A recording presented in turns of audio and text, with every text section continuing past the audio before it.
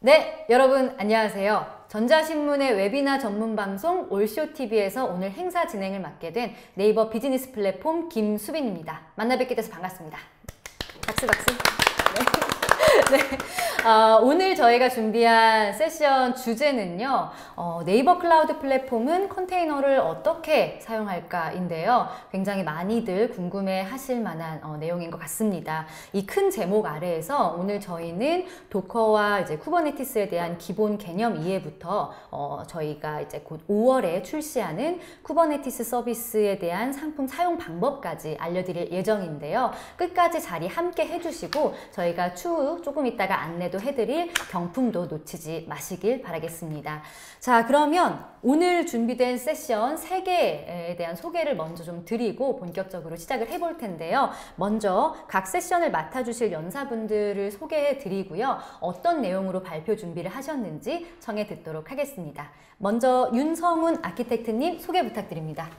네, 안녕하세요. 방금 소개받은 네이버 비즈니스 플랫폼의 윤성훈이라고 하고요. 저는 요즘에 클라우드 시장에서 가장 핫하다라고 말씀드릴 수 있는 이제 쿠버네티스란 도대체 어떤 친구인가, 어떤 놈인가에 대한 얘기를 말씀드릴까 하고요. 세부적인 내용은 뒤에서 이제 컨텐츠 목차에서 말씀드릴 수 있겠지만 도커에 대한 네트워킹 부분들 말씀드리고 실제로 쿠버네티스 같은 이런 오케스트레이션 툴들이 왜 필요한가에 대한 부분 말씀드릴 수 있도록 하겠습니다. 네, 기대가 됩니다. 저도 약간 공부하는 마음가짐으로 청해 듣도록 하겠고요. 두 번째 세션 준비하신 최규범 엔지니어님입니다. 소개 부탁드려요. 네, 안녕하세요. 저는 네이버 비즈니스 플랫폼에 소프트웨어 엔지니어로 재직 중에 있는 최규범입니다. 저는 컨테이너 레지스트리 개발을 담당하고 있고요. 현재 이 플랫폼은 쿠버네티스를 통해서 운영되고 있습니다. 오늘 이 자리에서 저의 쿠버 경험담을 전해드리려고 합니다. 네, 따끈따끈한 경험담 저도 기대하도록 하겠습니다. 마지막으로 정낙수 에반젤리스트님 소개 부탁드리겠습니다. 예, 안녕하세요. 방금 소개받은 네이버 클라우드 플랫폼의 에반젤리스트 정낙수입니다. 제가 오늘 준비한 내용은 실제로 작은 서비스를 네이버 클라우드 플랫폼의 쿠버네티스 서비스를 이용해서 그 서비스 상에서 실제로 서비스를 올리는 작업을 시연을 보여드림으로써 실제로 저희 네이버 클라우드 플랫폼의 쿠버네티스 서비스가 얼마나 간편하고 얼마나 쉬운지를 좀 보여드리고자 합니다. 네, 이렇게 3개의 발표 내용 모두 간단하게 살펴봤는데요. 끝까지 청해 주시면 감사하겠습니다. 자, 이제 저희가 세션이 진행되는 동안 채팅방을 통해서 여러분들이 주시는 질문들을 확인을 할 수 있습니다. 그래서 궁금하신 점이 있으면 그때그때마다 채팅방을 통해서 참여를 해주시고요. 그 중에서 저희가 좋은 질문을 5개 선정을 해서 세션 3개가 모두 마무리된 이후에 답변을 직접 드리는 시간도 가져보도록 할 겁니다. 그래서 그때 좋은 질문 5개로 선정되신 분들께는 저희가 준비한 작지만 강력한 미니 공기청정기도 선물을 해드릴 테니까 많은 참여 부탁드리겠습니다. 자, 그러면 서두는 여기까지 하고요. 이제부터 본격적으로 첫 번째 세션 진행하도록 하겠습니다.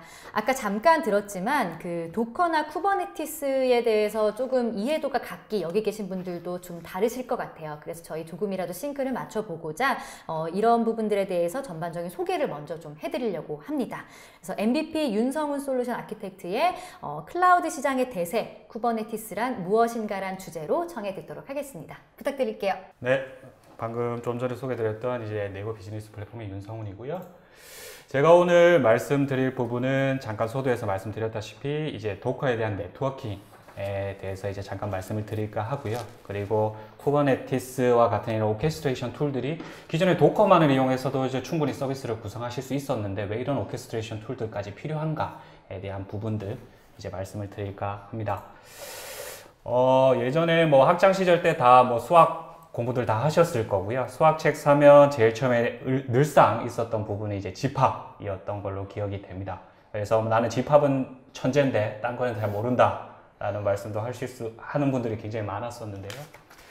뭐 컨테이너나 최근에 나오는 쿠버네티스와 같은 이런 오케스트레이션 툴 관련 책을 사시면 제일 첫 장에 나오는 게 지금 보고 계신 것처럼 이제 VM과 컨테이너에 대한 비교일 거라고 생각이 됩니다. 그래서 저도 한번 넣어봤고요. 왼쪽 그림이 실제 VM인 거고 이제 오른쪽 그림이 이제 컨테이너입니다. 그림상 봤을 때 이제 가장 큰 차이점이라고 하면 실제로 이제 하이퍼바이저라는 중간 레이어의 유무가 될 것 같고요. 이 하이퍼바이저라는 놈은 실제로 피지컬 머신이 가지고 있는 이 피지컬 리소스를 게스트 OS, 즉 VM이 사용할 수 있는 가상화된 리소스로 이제 변환해주는 중간 레이어라고 생각을 해주시면 됩니다. 그래서 이 VM들은 이제 하이퍼바이저 위에서 뜨게 되고요. 각각 VM마다 이제 게스트 OS를 가진 상태로 뜨게 됩니다. 그에 반해서 컨테이너의 경우에는 실제로 호스트 OS 위에 하이퍼바이저라는 중간 레이어가 존재를 하지 않고요. 컨테이너 여러 런타임들 가운데 이제 하나의 도커 엔진을 설치를 해 주시고, 그 다음에 뭐 C그룹이니 네임스페이스니 여러 기존에 있던 기술들을 이제 차용을 해서 하나의 프로세스 형태로, 격리된 프로세스 형태로 뜨는 게 이제 컨테이너라고 생각을 해주시면 되고요. 기존 VM 대비해서 이제 게스트 OS 부분이 없다. 그래서 OS 레이어가 없기 때문에 훨씬 더 오버헤드가 적고 굉장히 라이트하게 사용을 할 수 있다는 장점이 있습니다. 추가적으로 말씀을 드리면, 실제로 뭐 이미지를 만든다라고 하셨을 때 뭐 VM 대비해서 혹시 OS 레이어가 없기 때문에 컨테이너가 이미지 사이즈가 작을 거고요. 이미지 사이즈가 작다라는 의미 자체는 실제로 부팅하는데 그만큼 디플로이먼트가 빠르다라는 걸 의미를 하겠죠. 그래서 뭐 이러한 여러 가지 장점들을 가지고 있는 게 이제 컨테이너다라고 말씀드릴 수 있을 것 같습니다. 그 다음으로 제가 이제 쭉 뭐 잠깐이라도 쭉 말씀드리고자 하는 게 이제 도커 네트워킹에 대한 부분이고요. 호스트, 뭐 PM이 될 수도 있고 VM이 될 수도 있을 것 같습니다. 도커를 실제로 설치를 하시게 되면 도커 제로라는 리눅스 브릿지 디바이스가 생성이 되고요. 뭐 IF 컨피그를 이용을 해서 이제 도커 제로를 확인하실 수가 있습니다. 그리고 호스트에서 뜨는 모든 다양한 다수의 컨테이너들은 이 리눅스 브릿지 디바이스인 도커 제로에 바인딩 되는 상태로 뜨게 되고요. 이 도커에서 발생하는 모든 인아웃바운드 패킷들은 실제로 도커 제로를 통해서 뭐 자기들 간의 통신이든 실제로 외부 통신이든 다 이루어지게 됩니다. 그래서 오른쪽 그림에 보시게 되면 실제 brctl이라고 해서 브릿지 디바이스를 컨트롤할 수 있는 명령어 셋인 거고요. brctl show라고 쳐주시면 실제 도커 제로라는 리눅스 브릿지 디바이스에 바인딩된 요 베스 디바이스들을 보실 수가 있고요. 요 베스 디바이스 하나하나가 컨테이너라고 생각을 해주시면 됩니다. 그래서 요 호스트에는 지금 9개 정도의 이제 컨테이너가 떠 있는 거고요. 여기에 매핑된 이제 페어 ETH0 디바이스는 컨테이너 내부에서 확인을 하실 수 있을 겁니다. 도커를 제일 처음에 설치를 하게 되면 실제로 디폴트로 브릿지 모드가 이제 선택이 되죠. 근데 이제 브릿지 모드 이외에도 도커에서는 여러 가지 네트워크 모드를 제공을 해 드리고 있고요. 브릿지 모드, 그리고 호스트, 넌 모드 이렇게 제공을 해 드리고 있습니다. 참고로 말씀드리면 네이버 비즈니스 플랫폼, 그러니까 네이버 클라우드 플랫폼에서 이제 도커를 실제로 사용하실 때는 이제 브릿지 모드를 사용을 해 주셔야 된다는 거 참고로 말씀을 드리고요. 컨테이너 IP 풀, 요 IP 레인지 자체는 실제로 설치를 하실 때 뭐 입맛에 맞게끔 변경을 하실 수 있는 부분이지만 이제 디폴트로 이제 설치를 하시게 되면 172.17.0.0의 16비트 요 레인지 안에서 이제 랜덤하게 IP를 할당 받으실 수 있습니다. 밑에 그림 보시면 도커 인스펙트라는 서브 커맨드를 이용을 해서 실제로 이 서브넷 레인지 IP 레인지 확인하실 수도 있고요. 앞서 잠깐 설명드렸다시피 도커 제로 모든 동일 호스트에 이제 디플로이먼트 되는 컨테이너들의 디폴트 게이트웨이 역할을 하는 친구입니다. 요거는 참고사항으로 말씀드리는 부분이고요. 쿠버네티스를 실제로 구축을 하시면요, 도커 제로라는 역할은 CNI 제로라는 리눅스 브릿지가 대체하게 되는 거고요. 네이밍만 바뀐다라고 생각을 해주시면 됩니다. 그래서 IP를 보시게 되면 172.17.0.1로 디폴트 게이트웨이 IP를 가지고 있다라는 걸 확인하실 수가 있고요. 컨테이너의 내부에서 이제 라우팅 테이블을 보시게 되면 실제로 디폴트 게이트웨이가 0.1, 즉 도커 제로의 IP를 바라보고 있다라는 걸 확인하실 수가 있을 겁니다. 그래서 동일 호스트에 뜨는 모든 컨테이너들의 디폴트 게이트웨이가 도커 제로다. 요걸 통해서 자기들 간 통신 그리고 외부 통신을 한다라고 이해를 해주시면 좋을 것 같습니다. 네트워크적인 얘기를 할 때 항상 이스트, 웨스트, 사우스, 노스 이런 얘기를 많이 하고요. 저도 이제 컨테이너 간 네트워킹에서 이스트, 웨스트 커뮤니케이션 부분에 대해서 말씀을 드릴 수 있도록 하겠습니다. 동일 호스트에 디플로이먼트 된 이제 컨테이너 간 통신인 거고요. 말씀드렸다시피 이제 도커 제로라는 걸 이용을 해서 이제 서로 간에 특별한 작업, 분명히 요거를 이제 막을 수는 있긴 한데 특별한 작업을 하지 않으시면 이제 애들 간의 통신은 이제 그냥 가능한 거고요. 실제로 도커를 예전부터 이용하셨던 분들에게는 익숙한 개념이실 거라고 생각이 되고요. 링킹이라는 컨셉 자체가 있습니다. 이게 뭐 컨테이너가 됐던 VM이 됐던 실제로 PM 머신에서 보면 하나의 프로세스 형태로 떠 있는 거고요. 이 말인즉슨 뭐 다양한 원인들에 의해서 실제 쉽게 죽을 수 있다라는 걸 의미를 하거든요. 그래서 이런 컨테이너가 가지고 있는 여러 라이프 사이클의 한계, 이런 IP를 이용한 통신의 한계점들을 보완하기 위해서 나온 컨셉이 링킹이라고 생각을 해주시면 됩니다. 그래서 컨테이너의 etc 호스트 파일에다가 컨테이너의 네이밍을 박아가지고 도메인을 이용한 통신을 하겠다라는 컨셉인 거고요. 참고사항으로 요 밑에 그림을 보시면 실제로 etc 호스트 파일에 이제 컨테이너의 네이밍이 박힌 걸 보실 수가 있고요.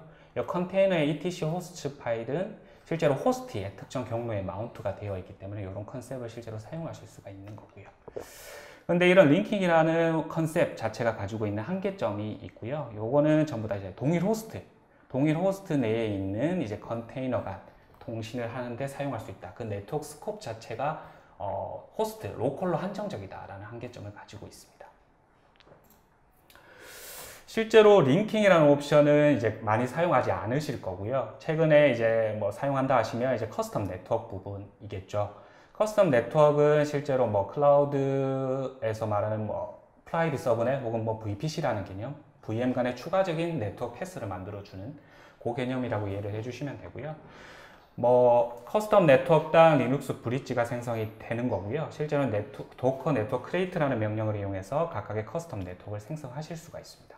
그 각각의 커스텀 네트워크는 이제 리눅스 브릿지 디바이스를 가지게 되는 구조고요.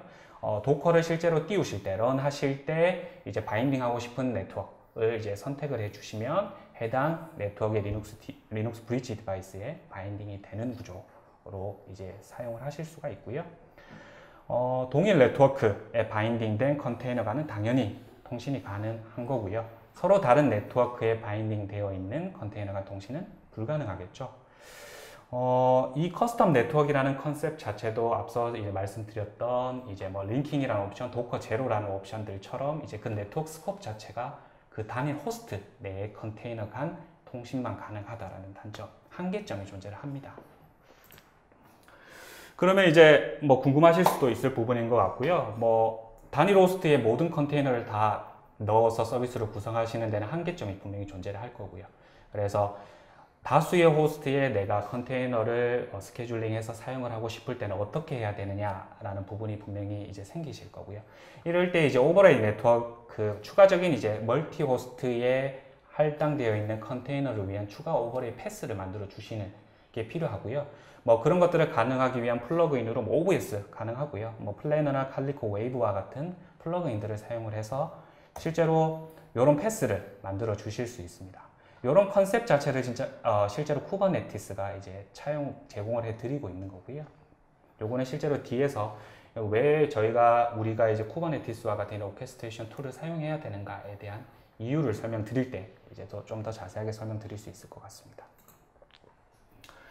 이 부분은 이제 오픈소스 쿠버네티스를 이용해서 실제로 한번 구축을 해 본 걸 제가 이제 참고사항으로 이제 가져온 장표인 거고요. 뭐 오버레이 네트워크 플러그인들 중에 플래너를 이용을 해서 이제 멀티 호스트의 컨테이너 간 통신 환경을 구성해 본 겁니다.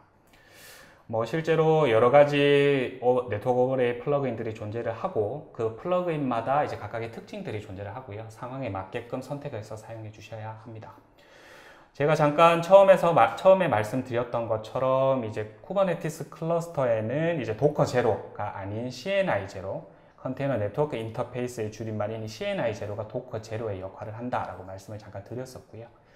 그래서 뭐 IP를 보시게 되면 실제 0.1이라는 디폴트 게이트웨이 IP를 가지게 되고 실제로 brctl show라는 명령어를 통해서 이 CNI 제로에 바인딩 되어 있는 베스 페어들을 보실 수가 있습니다. 도커 제로와 동일한 역할을 한다라고 생각을 해주시면 되고요. 이제 사우스 노스 커뮤니케이션에 대한 부분입니다. 실제로 도커를 사용하는 이유가 외부와 어떤 서비스, 외부의 익스포즈에서 사용을 하는 거잖아요.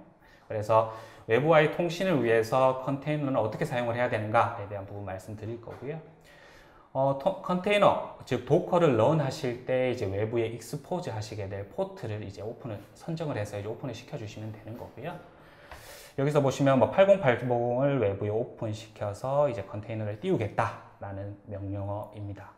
그리고 쿠버네티스에서는 이제 서비스라는 오브젝트가 존재를 하고요. 이 서비스 오브젝트는 뭐 간단하게 설명을 드리면 실제로 팟, 쿠버네티스를 담을 수 있는 그릇 정도라고 표현할 수 있는 이 팟을 외부에 오픈시켜주기 위한 방법을 제공해주는 오브젝트다라고 이해를 해주시면 되고요. 뭐 여러 가지 서비스 타입이 존재를 합니다. 뭐 밑에 보시는 것처럼 이제 클러스터 IP라고 해서 클러스터 내에서만 통신이 가능하게 하는 방법.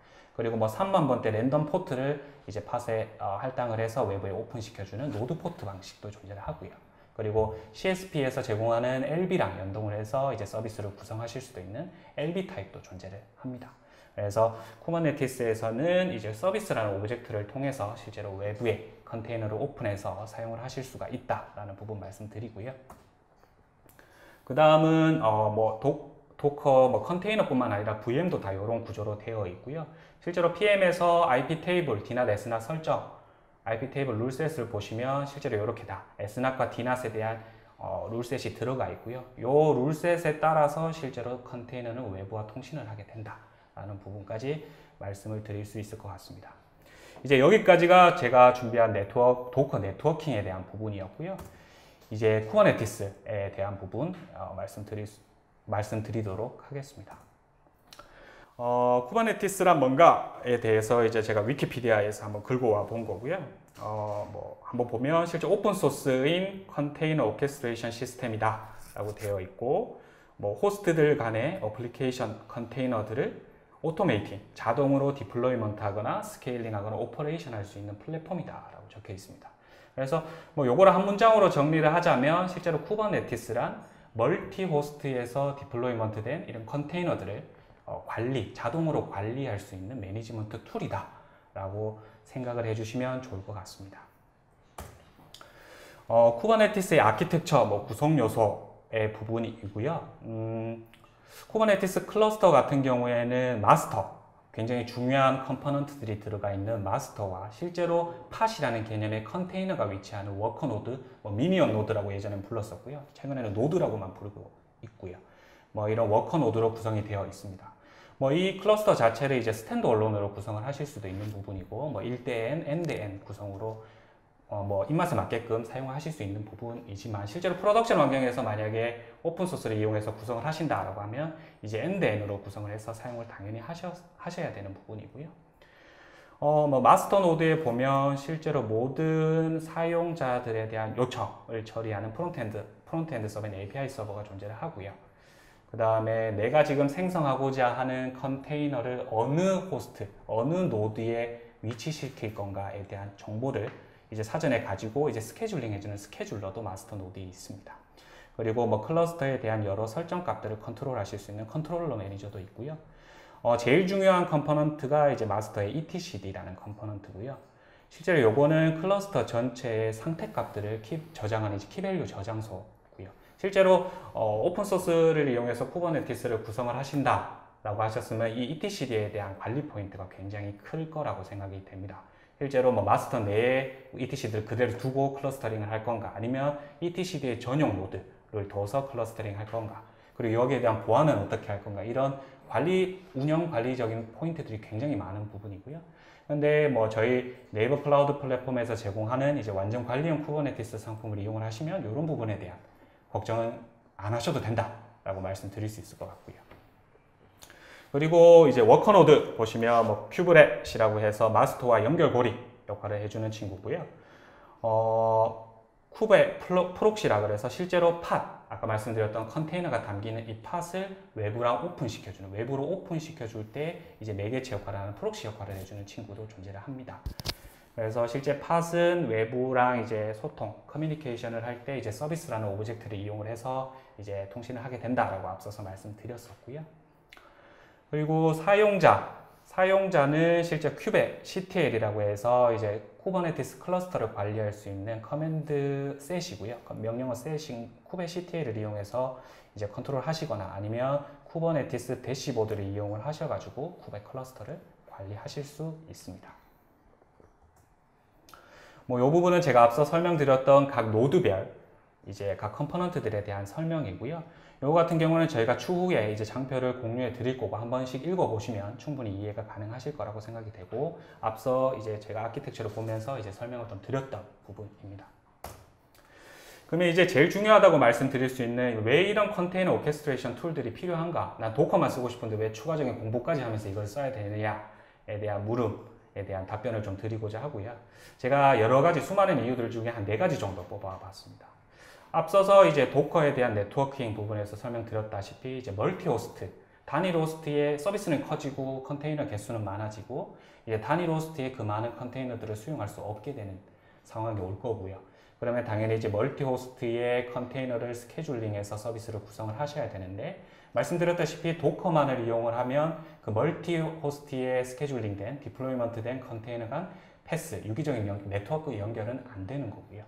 그래서 앞에서 설명드렸던 뭐 도커 제로나 링크 커스텀 네트워크를 통해서는 실제 네트워크 스코프 자체가 그 단일 호스트였다라고 말씀을 드렸습니다.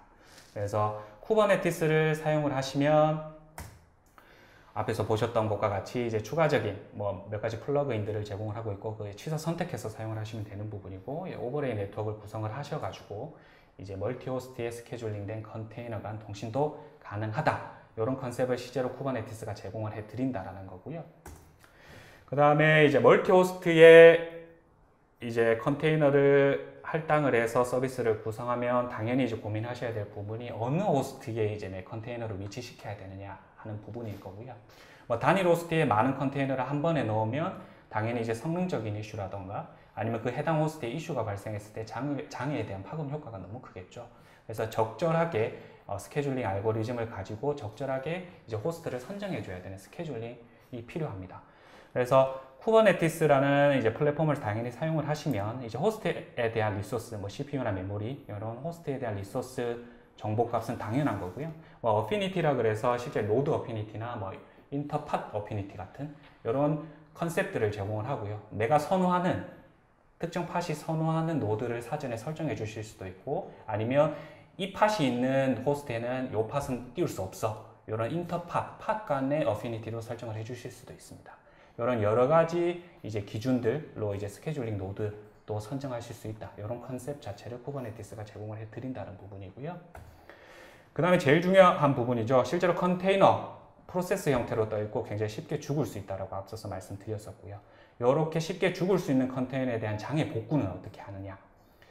쿠버네티스에서는 뭐 레플리케이션 컨트롤러, 레플리카 셋, 뭐 디플로이먼트 이런 컨셉들을 제공하고요. 뭐 레플리케이션 컨트롤러와 레플리카 셋은 실제로 동일 개념인데 뭐 약간의 표현하는 신텍스가 좀 다르다라고 생각을 해주시면 될 것 같고요. 셋 다 동일합니다. 실제로 이 클러스터, 쿠베 클러스터 내에서 이 팟을 몇 벌로 유지를 할 건가를 사용자가 정의하는 오브젝트라고 생각을 해주시면 되고요. 그림을 보시면 이제 컨테이너 호스트 3번에 컨테이너 5번이 죽었습니다. 그러면 자동으로 컨테이너 9번을 띄워주는 역할을 쿠버네티스가 하는 거고요. 그리고 호스트 3번, 노드 자체가 죽었을 때 노드에 가지고 있던 모든 컨테이너를 다른 호스트에 스케줄링해서 자동으로 띄워주는 역할을 쿠버네티스가 하는 겁니다. 그래서 이런 레플리케이션 컨트롤러나 레플리카 셋 디플로이먼트라는 걸 이용을 해서 이제 desired 값, 내가 설정한, 내가 원하는 수치를 사전에 설정해 놓고 현재 클러스터 내의 커런트 값과 항상 비교를 하면서 이게 미스매치가 났을 때 거기에 맞춰서 이제 desired 값에 수렴이 되도록 항상 컨테이너 카운트를 유지를 해준다는 컨셉인 거고요. 요게 실제로 쿠버네티스에서 제공이 됩니다. 그리고 마지막이고요. 컨테이너 교체가 필요하다. 당연히 이제 컨테이너를 이용해서 서비스를 하시다 보면 당연히 뭐 수정, 소스에 대한 수정이나 배치 이런 게 필요하실 거고요. 예전에 보시면 그냥 도커만 사용을 하셨을 때는 이미지를 새로 말아가지고 컨테이너를 새로 띄우시고 그리고 서비스의 절체가 있었어야 되는 거고요. 그러면 당연히 서비스에 대한 다운타임이 발생을 하는 부분이었습니다. 근데 이제 쿠버네티스에서는 어떤 컨셉을 제공을 해드리냐면 물론 쿠버네티스가 여기 말씀드리고자 하는 이제 롤링 업데이트 말고도 굉장히 많은 이제 배포 방법론들을 제공을 해드리고 있고요. 그 중에 대표적인 게 이제 롤링 업데이트라서 가져온 겁니다. 롤링 업데이트라는 컨셉을 제공해 드리고 있고, 요거는 실제로 신규 팟을 생성을 하고 실제 올드 팟을 삭제를 하고 신규 팟을 생성하고 올드 팟을 제거를 하는 그래서 실질적으로 서비스에 대한 다운타임 없이 점진적으로 변경사항에 대해서 적용을 하실 수 있는 이런 롤링 업데이트에 대한 컨셉도 제공을 해드리고 있습니다. 그래서 기존의 도커만을 이용을 해서 서비스를 구성함에 있어서 뭐 배치가 필요할 때, 배포가 필요할 때 다운타임이 발생했었던 부분, 이런 부분에 대한 이런 한계점들에 대한 대안을 쿠버네티스가 이제 제공을 해드릴 수 있다라는 부분이고요. 그리고 마지막으로 실제로 쿠버네티스의 기능 부분입니다. 이 부분은 제가 앞서 설명해 드렸던 부분에 다 내용이 나와 있는 부분이라 실제로 저희가 향후에 제공해 드리는 저희 자료들 이용을 해서 한번 읽어봐 주시면 좋을 것 같고요. 그래서 제가 세션을 마무리하면서 이제 마지막으로 드리고 싶은 말씀은 실제로 쿠버네티스라는 걸 이해를 하기 위해서 사전에 도커에 대한 이해가 반드시 필요하다라고 저 개인적으로는 생각을 하고 있고요. 그리고 도커만을 이용해서 서비스를 구성함에 있어서 여러 한계점들이 존재를 했었고 그런 한계점들에 대한 대안을 지금 오늘 소개시켜드렸던 이제 쿠버네티스라는 오케스트레이션 툴을 이용해서 이제 해결할 수 있다라는 말씀을 드리고자 합니다. 네, 발표 감사합니다. 네네. 네. 약간 인터넷 강의 듣는 느낌이었어요. 강사분이. 네. 정말 딱 네. 깔끔한 발표 감사드리고요. 네네. 들으면서 좀 궁금했던 부분이 있는데 네네. 제 컨테이너도 VM처럼 리소스를 좀 제한해서 사용을 할 수 있는지가 좀 궁금한데요. 정말로 열심히 들으신 것 같아요. 네. 실제로 굉장히 많은 분들이 궁금해 하시는 주제, 질문일 것 같고요. 실제로 저도 이런 질문을 많이 받았었고요. 컨테이너도 실제로 VM처럼 플레버라고 하죠. 사양에 대한 선택, 사용할 수 있는 리소스에 대한 제한을 두실 수가 있고요. 뭐 CPU나 메모리 그리고 뭐 디스크 I/O 같은 이런 리소스들에 대해서 실제로 도커를 런하실 때 그런 옵션 값들을 줘서 이제 디플로이먼트 하실 수 있습니다. 그리고 쿠버네티스에서 이제 제가 잠깐 말씀드렸던 이제 컨테이너를 담는 그릇이라고 표현했던 이 팟을 띄우실 때도 이제 스펙에 이제 리밋이라는 옵션을 주실 수가 있고요. 이 리밋에 이제 주는 리소스에 대한 설정값만큼 실제로 호스트에서 그 팟이 땡겨 쓸 수가 있는 거거든요. 그래서 뭐 VM처럼 컨테이너도 실제로 리소스에 대한 제한값들, 리미테이션을 주실 수 있다라고 말씀드릴 수 있을 것 같습니다. 네, 들으면 들을수록 안 쓸 이유가 없을 것 같아요. 네, 네, 그쵸. 편리한 점들이 정말 많은 것 같고 그래서 왜 개발자분들 사이에서도 뭐 클라우드 사이에서도 쿠버네티스가 핫할 수밖에 없는 이유 오늘 확인할 수 있었습니다. 발표 감사드립니다. 네, 지금 채팅방에 굉장히 많은 질문들이 올라오고 있는데요. 저희가 열심히 답변 드리고 있는데 혹시라도 내 질문에는 왜 답변을 안 해주지? 라고 아쉬워하지 않으셔도 될 것 같아요. 저희가 이거는 무조건 다 차곡차곡 잘 챙겨서 별도에라도 질문 답변 드릴 수 있도록 할 테니까요. 계속해서 참여는 열심히 해주셨으면 좋겠습니다.